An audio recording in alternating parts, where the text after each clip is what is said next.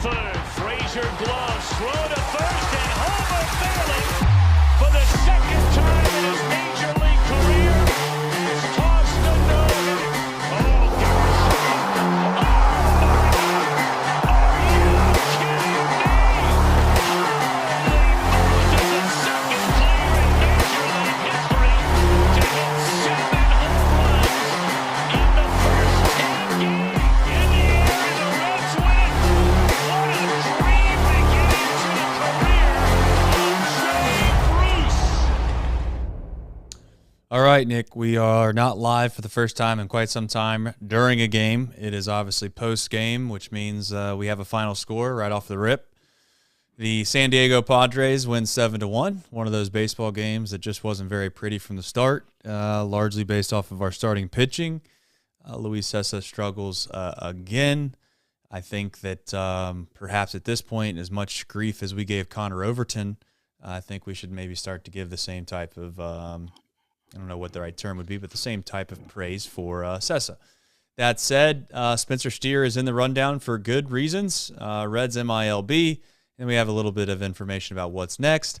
I also, Nick, just so you know, because, you know, we want to make our shows entertaining, fun, I brought some gifts, some things that I found my parents gave me. I won't share the whole news until maybe a little bit later in the show. And I got a baseball card that I'll just kind of barely flash in front of the screen real fast. That is also interesting and hilarious that my son found. So I'll tease that for later in the show. But Nick, relatively decent spirits. This team is, as we know, probably not playing the best. And are you still feeling all right? Still feeling good? Yeah, 3-3 West Coast road trip. I'm selling that tonight. Let's sell that hard. Let's. Oh man, you have to tell me. We'll have darker days this year than tonight. I guarantee you that. Yeah, I think that I've seen some people in the chat already. OJ's 94 Broncos been. He said he's down bad. I don't know. He shouldn't be down too bad. 94 was a pretty bad year. It's not as bad as 94 at this very moment. But yeah, I don't know where you want to start. If you want to go to a quick box score recap, I know that there's not a huge plethora of things to get into there that we won't get into obviously during the show. But got anything? Yeah, I mean, Luis Cessa just really struggled. He struggled to throw strikes. Only 37 out of his 71 pitches were strikes. That's probably why he only lasted 3 1/3 inning. I mean, he wasn't like terrible. He didn't get up any home runs. He wasn't getting crushed, but he just struggled to throw strikes, which is kind of bizarre for him. I don't know, trying to be too cute against a good lineup.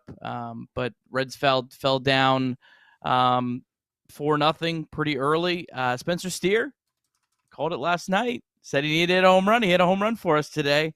That was kind of the lone bright spot. Jonathan India did have 2 hits. The Reds bullpen, I mean, it's just what an impossible situation having to cover that many innings. Alex Young, he gave up another home run. That's back-to-back appearances for him where he's come into bad situations and not been able to deliver. I don't know if we should make too much out of it, but he did struggle today. River San Martin continues to struggle. Some positives, though. Buck Farmer pitched well in the bullpen. Ian Jabot also pitched well. David Bell threw 1, 2, 3, 4, 5, 6, 7 pitchers today. I mean, granted, they have an off day tomorrow, so you kind of have that luxury. But yeah, just not a great night. Reds or afternoon. Reds fall 7-1. Like we said, 3-3 road trip on the West Coast. You know, that's a positive. Coming on the heels of a sweep of the Rangers. So, you know, overall, not the worst baseball by any stretch of the imagination. Would have been great to come out, 4-2, but hey, we'll on to Cincinnati, off day tomorrow, and we'll see what we can do against the White Sox. 71 pitches, Nick. I'm not saying that it's a huge decision. I don't want to make it sound like I think that everything that David Bell does is bad or not good.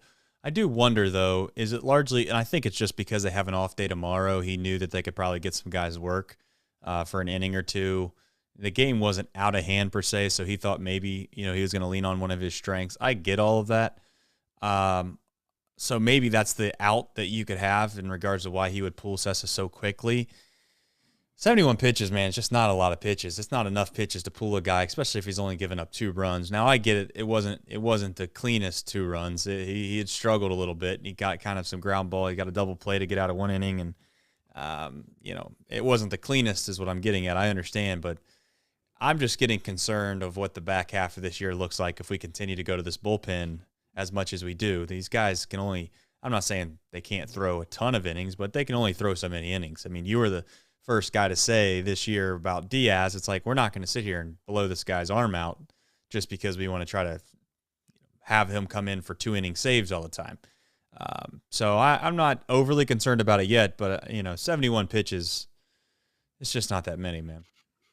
Yeah, I mean, it was only 2-0 when he came out before Alex Young gave up, I think, a 2-run home run to really kind of, Yeah, lefty on lefty, by the way. Yeah, not put it away, but yeah, I don't know. It's one of those things that there's not a whole lot of guys in the bullpen in the minors that are having any success at all. So there's not a whole lot of help there, at least right now, unless you're talking about converting starting pitchers into relievers, which the Reds might do at some point, but I don't know if I'd be banking on that this season. Yeah, I mean, that's definitely a concern. I know our guy Al, or was it Alex, or was it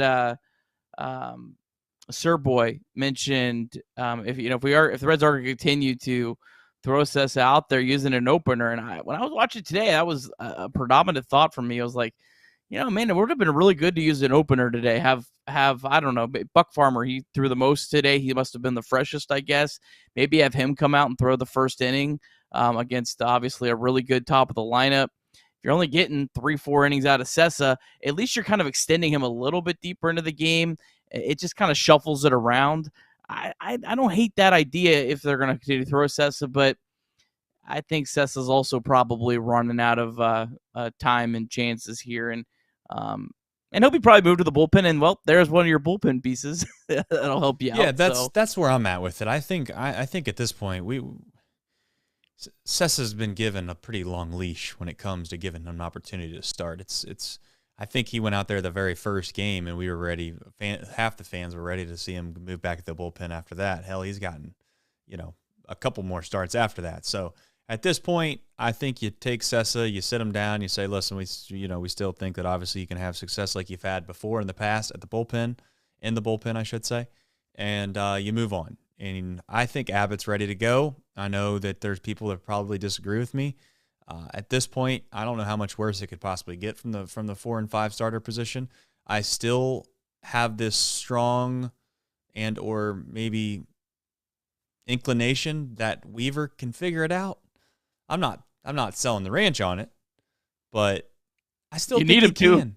I still think he can. Yeah, I think he can, Nick. My eyes tell me that there's something there. It's always seems like it's just like a couple of things, and I'm not saying they're flukes because it's happened multiple games in a row, but it just seems like, if this guy could just catch a little bit of a break, guys can play some defense behind him, so let's be honest, the Reds starting pitching and pitching in general for this team has not had, the benefactor of a very good defense behind it.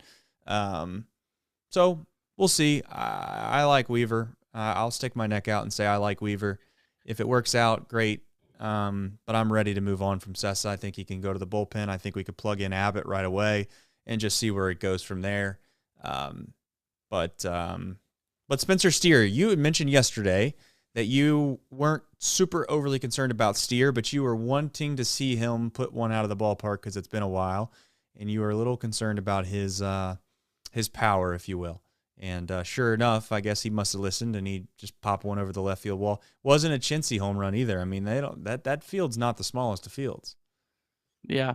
Well, let's back up real quick. I want to make one more point about the rotation here before we move on.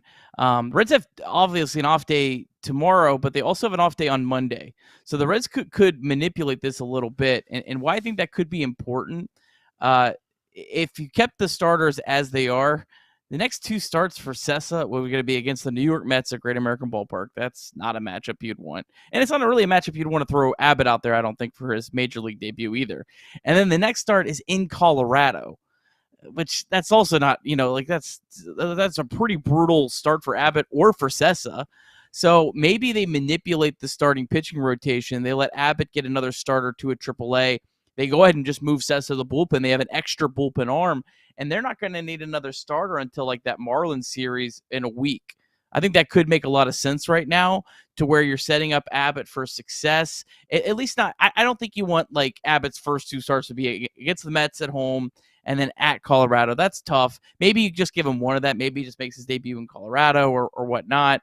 But you could manipulate it also to where you also let Abbott get a little bit more comfortable at AAA. That's just another kind of option as I'm looking at the schedule here. You have any thoughts on that? I'm trying to pull up the Mets schedule right now, and their MLB is just bad UI. I don't know how else to say it. MLB.com, they need to do better. If I click on a team's button on their name, it should take me to their page. It doesn't do that, so it's a little frustrating. I guess obviously I have to use a different website. But I mean, the Mets aren't like world beaters. I mean, they're 2 games over 500. I understand the concept that you're saying. I'd also say that Rockies, they're not a very good baseball team. I do understand the altitude. But to your point, if you can manipulate the starting pitching, buy a little bit more time down there for Abbott, then so be it. I just have, and I've used the kind of the reference point of Mike Leake a little bit. Just some guys are ready to go, man. You could sit here and say they need more innings at the minor league level to do what? You think they're going to figure something out in 2 starts? You think that they're going to go out there and 4 or 5 innings later and at the minor league level, they're going to be like, you know what, Nick? I think I found it today. I think what I've been doing for the past 8, 9 years of my life, which is just shove it. I think I got just what it takes to go to the next level, so I'm ready to go to the big leagues. No. I mean, to a certain extent, you're either ready to go or you're not. I mean, I don't think 1 or 2 more starts is going to make a difference. However, to your point, if you want to give him a little bit more time just to make sure that the timing's right, I'm okay for that. But I'm not going to buy into the fact that he can't come up his very next start, if scheduled start, and be just as ready as he would in a month. Well, you could. So I'm looking here on Fangraphs, which lays out the projected starters as good as anyone. So you could have Green, Lodolo, Weaver this weekend. You have an off day again on Monday. You go Ashcraft, then you could go Green, Lodolo, and then you could actually have Andrew Abbott make his major league debut at the Marlins, which would be a great ballpark to pitch in for your major league debut. I'd like to see them, set this guy up for success in his first start. I'd hate to have him come out and get destroyed by a Mets team that has a pretty good lineup, has a lot invested in that lineup. I don't know. I see a way you could do it, and you could also get yourself a bonus reliever for the next week to kind of help this bullpen. I think you could kind of kill 2 birds with 1 stone. Just a thought, just a point, just kind of looking at this that at least made sense to me. I don't know. I'm just all about trying to set these guys up as much as you can for success.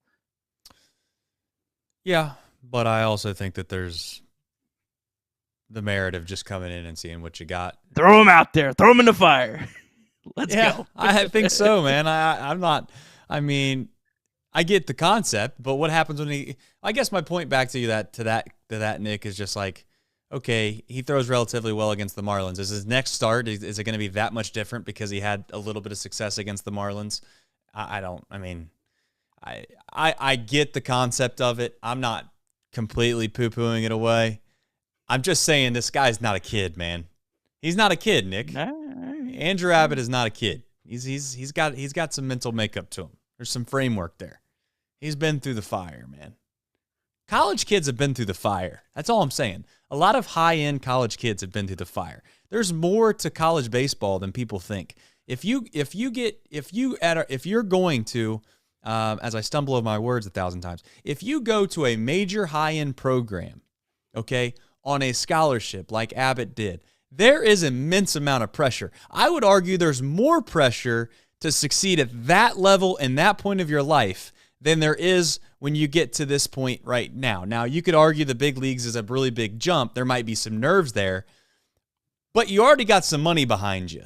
You already got a little bit of money behind you. I again, not saying it for sure, but I am making the slight argument that if you go to a high-end college and you're on a high-end scholarship, there is almost just as much quote-unquote, I don't know, I'm going to stop using my little innuism so people stop making fun of me on Twitter.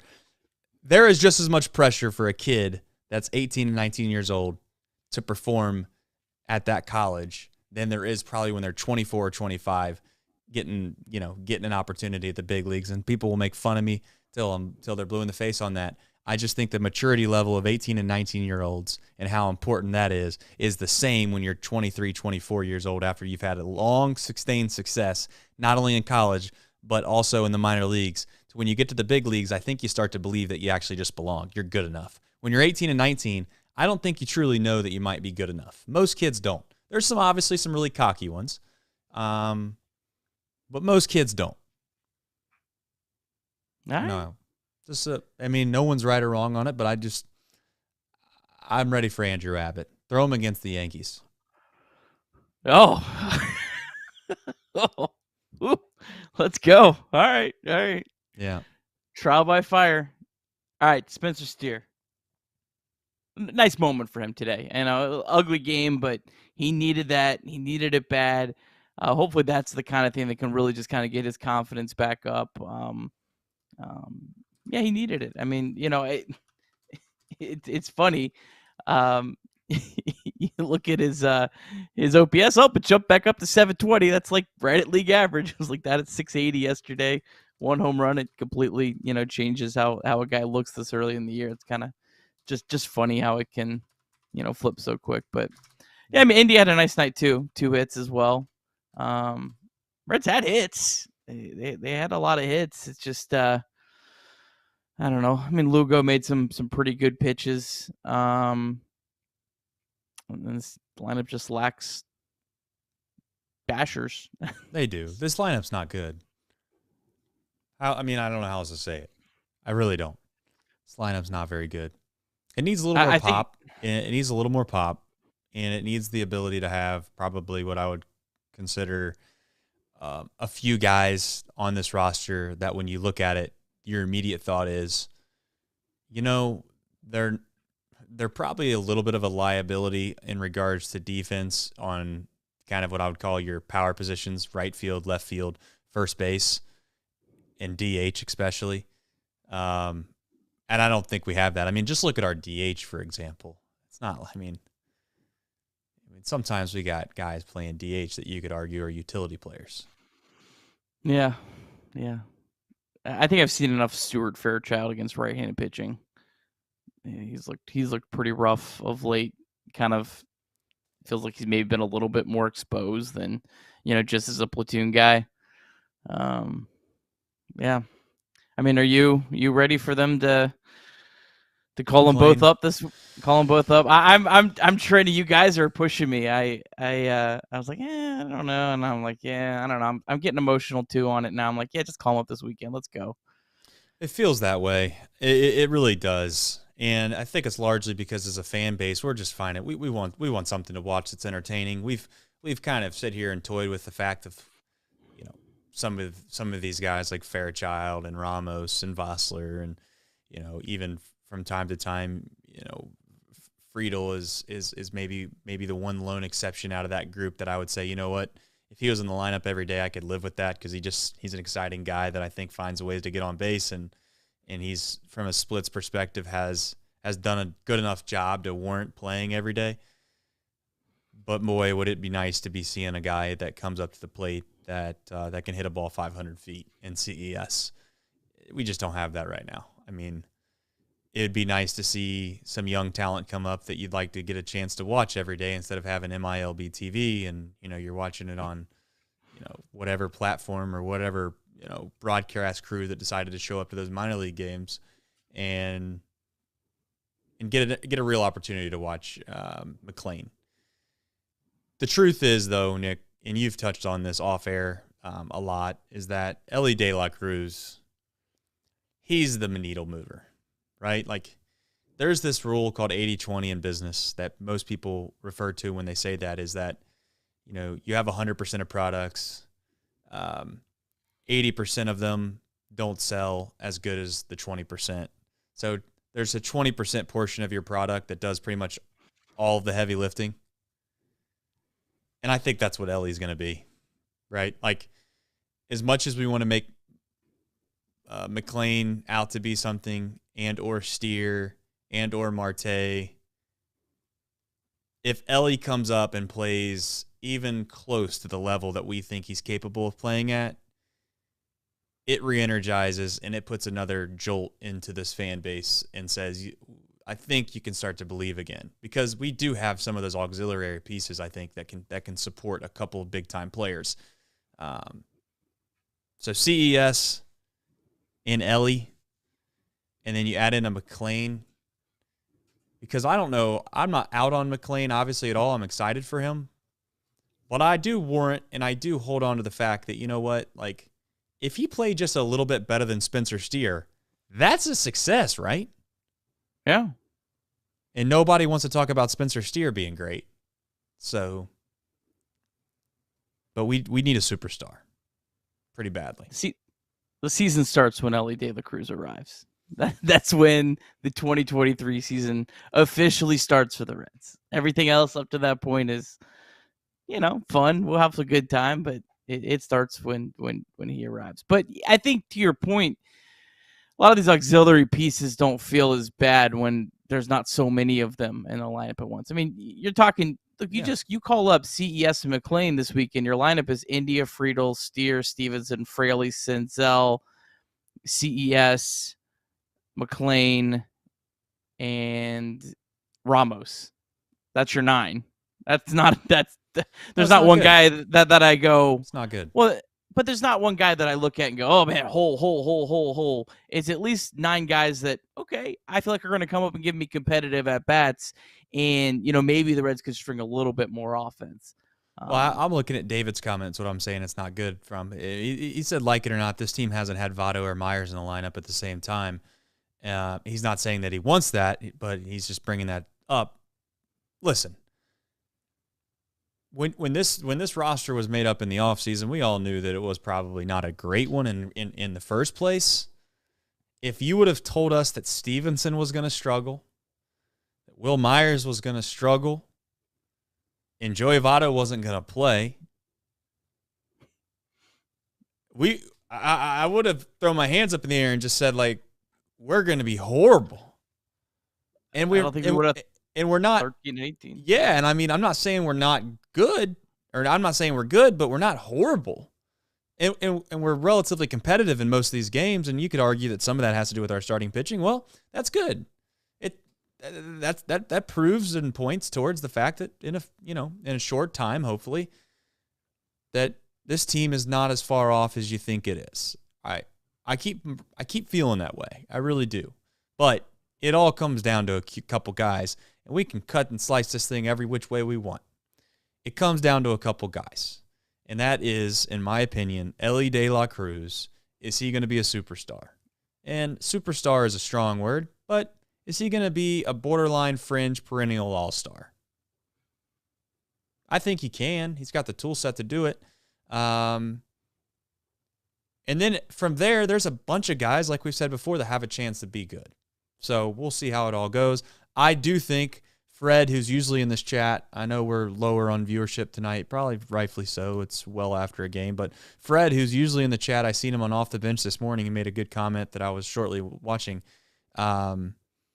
He just made the point that, what the hell, I've lost my train of thought.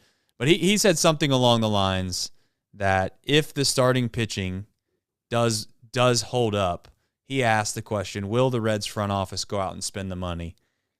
I think they will. I really think they're going to lay it all on the line when they feel like they have the pieces in place to finally compete. They've done it in the past. I'm not even trying to be a shill for this ownership group. They've already proven it and done it in the past. And they've saved some money. They didn't really extend and or obviously sign the Castellanos of the world, the Castillos of the world, the Sonny Grays of the world. They didn't overextend themselves anywhere. So they're going to spend the money, okay?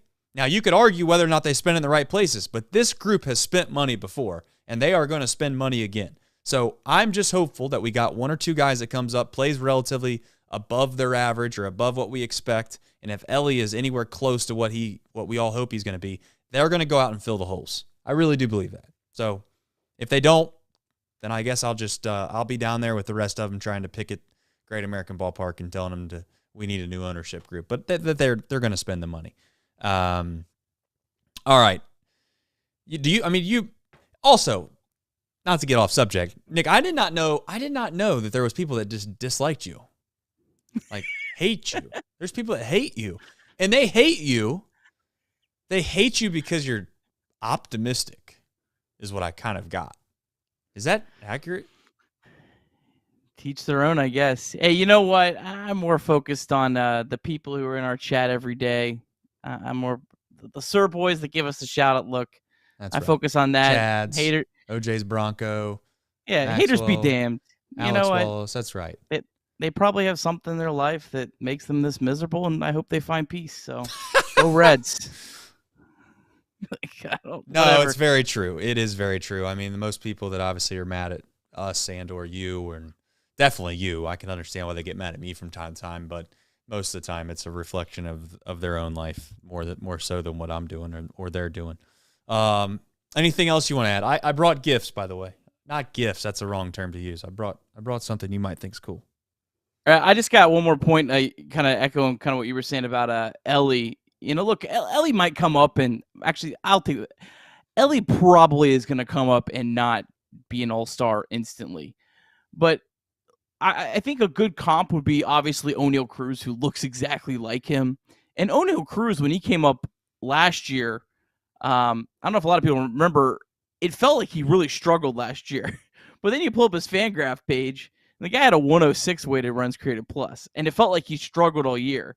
And he was a 1.2 win player. Like, that's probably like Ellie's floor. And that's a significant upgrade from, God bless him, Jose Barrero. Even more, God bless him, your best friend, Kevin Newman. So just the floor of Ellie De La Cruz with his and Ellie can run a lot better than O'Neal Cruz, too, in my opinion. I just think the floor, he's just going to be an impact player, even if he's not necessarily coming up and hitting the cover off the ball. I don't think anyone would argue that. Gift time. Let's go. See this? All right, so let's see it. I'm not. This is a free ad. I don't mean to give free ads on this show, but I'm going to give one. So, my son has a mom who decided that she was going to purchase something called Win Reality off of the metaverse. I don't know if you know anything about it, but the VR meta, whatever the heck it's called. I'm going to sound like a boomer a little bit here. But it's called Win Reality. It's a baseball thing. And, they send you this little thing that goes on your bat, or you can connect one of the nunchucks or whatever. I don't know what they're called. The nunchucks on the baseball bat, and it's like you're hitting against people. So the other day I was like, fine. I punch it in. I get on there, and I hit college, and, those guys are throwing whatever really hard, 90-plus miles an hour, and there goes the lights. And I'm trying to hit it, and I start hitting it really, really well. But I'm like, this isn't really probably like realistic, right? Because I'm just using the nunchucks, and I'm just kind of like, it's quick and easy. So I was like, you know what? I need to get a bat. I want a bat. Like, and I'm not going out to buy a bat. So I went to my parents' house, Nick. I said, you guys got an old bat? You got a bat around the house? So I'm gonna get rid of the graphics here for just a second. Put it on here so you can see. But Nick, went home, and look what I found. They said, here, you can take this bat home. Didn't even know it was in the closet. Can you read that? Oh, the legend, Mark Lewis. Look at that. Look at that, Nick. Look at that. Right there. And it goes out for a grand slam. Look at that. San Fran, by the way. But anyway, so yeah, I thought that was relatively cool. I was like, the crazy thing is, the first person I thought of when I seen Mark Lewis, which for those that don't know, I played for Mark for a while. Mark was my stepdad's best friend growing up. So I've seen Mark 1,000 times. I've played for Mark, been around Mark. Like I said, I got a lot of stories that one day we could all have fun and tell. But yeah, to Trace, good luck, Mark Lewis, San Francisco Giants. And, so I'm gonna try to put that little doohickey thing on this bat. See if I can't catch up to those 90-mile-an-hour fastballs anymore. That's my plan. I'll let you know how it goes. There you go, Mark Lewis. What a moment! 1995 Division Series, hit that grand slam. And I said this to you before. I even knew you knew the new Mark. That's one of my all-time favorite Reds moments. I think it's one of the most underrated Reds moments. Yeah. We I'm gonna gotta try to hook you up him. with something. We got to get Mark on the show. Yeah. Well, you know what's funny? Mark is very, very I don't know, say humble. I don't know what the right word is. He just doesn't talk a lot. But I'll tell a couple funny, quick stories that I've heard of his that he told when he played in the big leagues. I'll tell one of them for now. So you probably, many of you have heard Ricky Henderson stories. Have you heard any of these stories? So Ricky Henderson, stolen base champion, as you know, played for the A's, great player. And he said that they were getting on the bus one time, and these are rumors as in stories that were told in Major League clubhouses all the time. So Ricky's getting on the bus, and, I got like 5 Ricky stories. I'll tell him one a show. Ricky's getting on the bus. One of the guys up front that's younger says, "Hey, Ricky, you got some tenure. Let me go in the back." Ricky might not be the brightest bulb, if you know what I'm saying, as they say, the sharpest tool in the shed. So he said, "You got some tenure. Go ahead and sit down. I'll find a seat in the back." Well, Ricky looked at him and said, "Tenure my ass. I've been playing this league for 14 years. It's not the smartest guy. But I'll tell you one more. He was going to Wrigley Field. Ricky Henderson's walking out at Wrigley Ballpark. And he gets done with batting practice, comes down to the clubhouse, tells all the boys, he says, hey guys, ain't nobody hitting a home run today." Somebody goes, "Why is that, Ricky?" He said, "I just walked out there. The wind, it's blowing straight down." He said, "Go out there, look at the flag."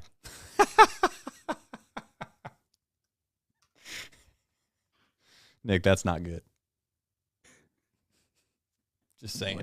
You don't have to be smart to be a good baseball player.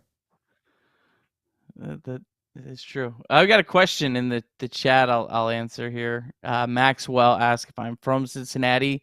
Apologize to anyone who's heard this before. I'm not trying to tell my life story on here, but I did grow up in Cincinnati. Obviously a big Reds fan. I moved up to the Cleveland area in 2013. My wife dragged me up here, so I've lived here ever since. And started writing about the Reds, kind of to stay connected.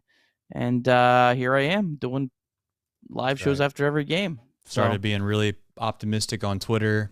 Some people liked it, then some people really hated him for it. A little bit of everything. Reds weren't very good. Appreciate you watching. Yeah, we appreciate everybody in the chat watching. We'll have some fun right now. Jump into the Reds MLB, and then we'll have some fun with the chat here to end the show. That way you can kind of cut that up for the podcast, so we don't have to drag this thing on too long for the people that drive in the cars every morning. Yeah, Louisville won their second straight game. They beat Omaha 7-4. This was a game that started at noon on a Wednesday. Ben Lively, former fourth-round pick, is pitching pretty well. 6 innings, just allowed 1 run. He's got a 2.33 ERA through 27 innings, so maybe another starting pitching depth.